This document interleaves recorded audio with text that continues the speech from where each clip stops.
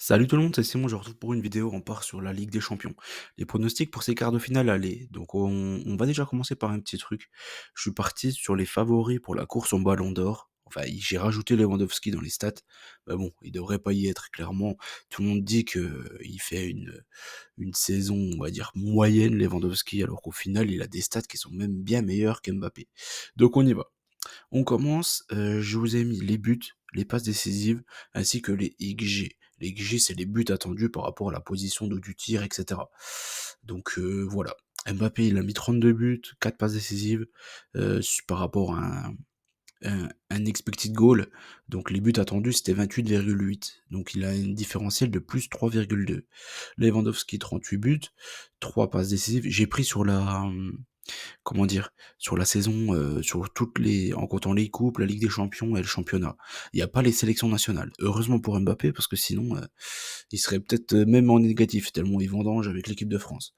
Donc voilà, Lewandowski 38,3, 32,6, ça fait un différentiel de 5,4. Donc là, on va dire qu'il a déjà, même lui, hein, qui apparemment fait une saison moyenne, etc., il peut se permettre de louper 3 pénaltys et avoir encore un différentiel de plus 0,1 par rapport à Mbappé. Donc ça en dit quand même long, hein. T'as beau marquer 32 buts, tu vendanges. Il frappe beaucoup trop de fois Mbappé dans les matchs et tout, et il est complètement à la ramasse. Ensuite, Rafinha. 27 buts, 18 passes décisives, c'est énormissime, hein. Comme Yamal, 17 passes décisives, et 18,8 de XG, de buts attendus. Ça fait un différentiel de plus 8,2. Ce qui est quand même assez dingue avec Rafinha, c'est qu'en championnat, il a un différentiel qui est même presque en négatif, je crois. C'est juste en Ligue des Champions où il surperforme, et dans les gros matchs, notamment contre euh, le Real est en Ligue des Champions, il surperforme incroyablement. Rafinha, cette saison, vraiment, c'est l'homme des gros matchs, hein. Il n'y a rien à dire pour Rafinha. Et ensuite, Yamal, 13 buts, 17 passes décisives, alors qu'on attendait 10,4. Donc lui, il a que plus 2,6, on va dire.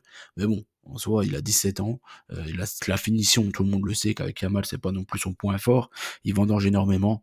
Euh, et il fait souvent quand même des mauvais choix. Moi, je trouve quand même devant le but encore pour le moment. Mais après, il a quand même que 17 ans. C'est normal, on va dire. Franchement, normal. Mohamed Salah. 32 buts pour 27,1 attendus. Donc on voit quand même que Mohamed Salah, on en a fait, enfin, surtout qu'il a une grosse mauvaise période là. Mais bon, on voit quand même qu'il marque essentiellement des pénaltys, hein, là-dessus, il n'y a aucun doute. Par contre, lui, il a quand même fait 22 passes décisives, c'est énormissime. 22 passes décisives, c'est abusé, quoi, c'est incroyable. Et un différentiel du coup de plus 4,9. Dembélé, c'est peut-être celui qui est le plus choquant au niveau but moins XG, il est à 10. 32 buts pour 22 buts attendus. C'est incroyable, 10. Et pour moi, celui qui m'impressionne encore le plus, c'est Kane, parce qu'il a encore plus de passes décisives. 32 buts, 26,8 et 11 passes décisives. Donc on se retrouve avec un différentiel de plus 7,2 pour Harry Kane. Donc vous pouvez voir vraiment que normalement les vrais favoris au Ballon d'Or sont Rafinha, Dembélé et Harry Kane, tout simplement. Je pense qu'il y a que ça. Au niveau des attaquants, bien évidemment, pour moi, je reste encore sur mon idée de base. Le meilleur joueur du monde cette saison, c'est clairement Pedri. Mais bon, on sait très bien que maintenant, hein, c'est celui qui marque le plus de buts, qui euh, qui est au final favori, parce qu'on voit que Mbappé il est favori alors qu'il a des stats qui sont faméliques, tout simplement. Il a il a un différentiel digne d'un mec de 17 ans, Lamine Yamal, sans les passes décisives, quoi. 13 passes décisives d'écart, c'est énormissime, quoi. On se rend pas compte, au fait, hein. Au final, on surcote sa saison et on voit vraiment que les médias contribuent à ça, tout simplement, hein. Ils nous font passer pour un joueur exceptionnel, qu'il n'est pas du tout cette saison, et depuis au moins 3 4 ans, c'est un joueur moyen, quoi, tout simplement. Donc voilà, comme quoi, franchement, les médias et tout ça là, je sais pas trop comment dire, tous les réseaux, etc. Ça peut permettre à certains joueurs vraiment d'être surélevés à un niveau alors que jamais de la vie devrait y être.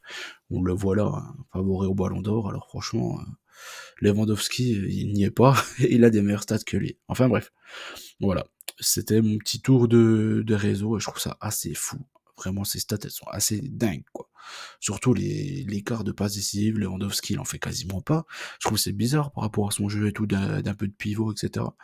Je trouve que ça me choque un peu que Lewandowski, il ait fait que 3 passes décisives cette saison. Après, vraiment, clairement, cette saison, il est quand même très moyen, Lewandowski, et on voit vraiment qu'il fait son âge. Et malgré ça, il arrive encore à des stats meilleurs que Mbappé, donc moi, je trouve ça dingue. Je trouve ça fou, hein, parce que j'ai regardé le match hier contre le Betis, et le pire, c'était contre les Ganes, où il marque 2 buts, Mbappé. Tout le monde l'encense, oui, oui, oui, il est de retour, favori Ballon d'Or, etc., etc. Alors que je l'ai trouvé nullissime, il avait fait 9 frappes dans le match, pour un penalty et un coup franc. Vraiment, je trouve qu'on en fait un pataquès. Et j'ai regardé par rapport à Vinicius, il a des stats quasiment comme Mbappé, au niveau but moins XG, alors qu'il fait une saison catastrophique, Vinicius, hein. Il a encore loupé un penalty là, c'est son deuxième d'affilée. Il fait une saison catastrophique, Vinicius, et il a les mêmes stats au final qu'Mbappé, en but moins XG, but attendu, et en plus de ça, bah, bien évidemment, il fait énormément de passes décisives, ce que Mbappé ne fait pas. Donc voilà. Voilà, voilà, il fallait quand même rétablir l'ordre par rapport à ça. Voilà, ça me gonfle. Voilà, j'ai pas envie de m'acharner sur ce joueur, mais en vrai, il faut quand même voir les statistiques et tout. Tout montre, au fait, qu'au final, c'est ultra, ultra, ultra surcoté. On part, du coup, pour les quarts de finale. Bayern contre l'Inter, Arsenal contre le Real, Barcelone contre Dortmund, PSG contre Villa. Déjà de base, on peut se dire que normalement il devrait y avoir des buts. L'Inter, ils encaissent très très très peu de buts, hein. Je crois que ils en ont encaissé peut-être deux ou trois, non, depuis le début de la compétition en Champions League. Bon, ils en ont encaissé contre Feyenoord quand même à domicile parce qu'ils étaient déjà quasiment qualifiés. Euh, Contre ce Bayern qui a perdu Musiala jusqu'à la fin de la saison malheureusement. Franchement, avec Musiala, j'aurais pas été surpris qu'ils peuvent vraiment les cogner. Vraiment les cogner sévèrement. Faut pas oublier que l'Inter est allé perdre 1-0 à Leverkusen, sachant que Leverkusen a eu énormément d'occasions tout le match. Ils se sont fait rouler dessus contre Leverkusen, et le Bayern a vraiment écrasé Leverkusen en Ligue des Champions. Donc franchement, personnellement, avec Musiala, je serais parti sur un énorme écart, enfin un minimum de but d'écart entre le Bayern et l'Inter. Et là, je suis parti sur une petite victoire, mais je vois quand même les Munichois être capables de gagner à la maison contre cet Inter, qui vraiment, en plus, on a encore vu hier, concède plus d'occasions qu'avant. Et même si en Ligue des Champions, voilà, ils bétonnent, mais ils ont quand même pas mal de réussite, et je pense que contre le Bayern, ça peut être juste, je pense. Arsenal contre le Real, je suis parti sur un match nul. Le Real a encore une fois été ridicule hier. Ils sont ridicules depuis 3 ou 4 semaines. T'as que Bellingham qui arrivait encore à faire quelque chose de bien dans cette équipe-là. Et là, on a bien vu que ce dernier match-là, c'était peut-être un peu le match en trop. Je pense qu'il aurait mieux fait de faire reposer certains cadres.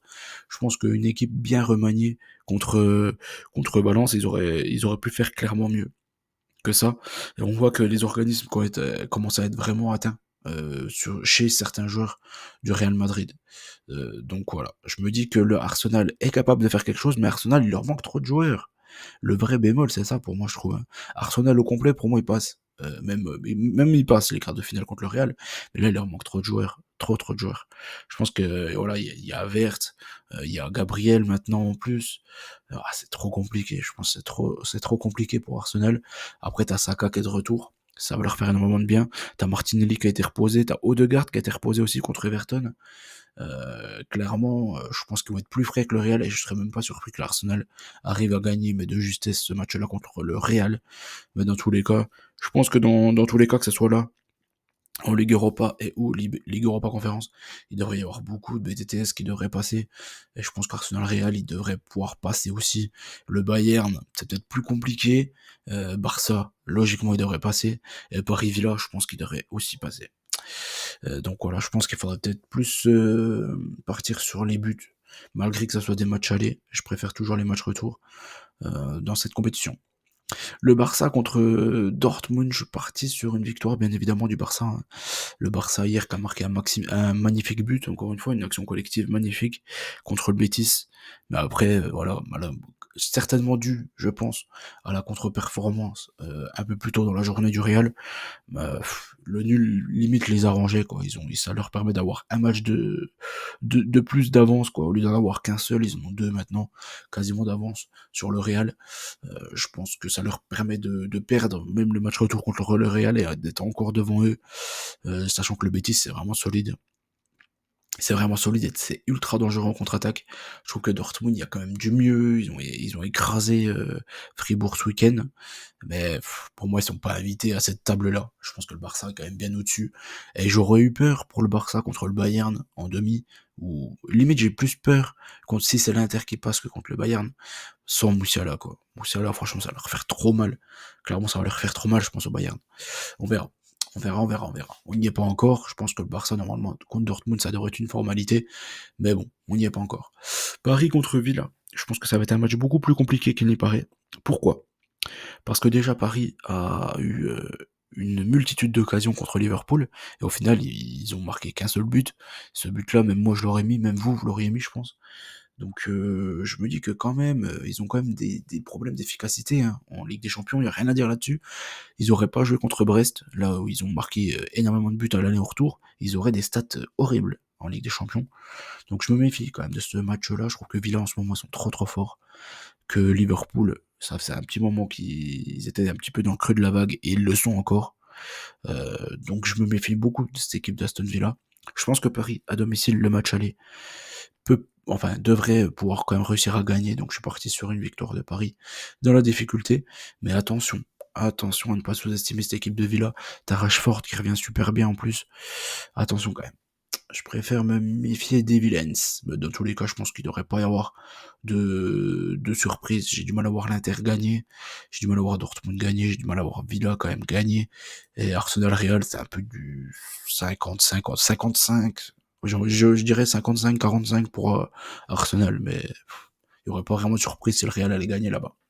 Donc voilà, j'espère que la vidéo vous a plu. N'oubliez pas qu'on gagne, on perd ensemble. Je vous souhaite bonne chance à tous et je vous dis à très vite. Ciao tout le monde.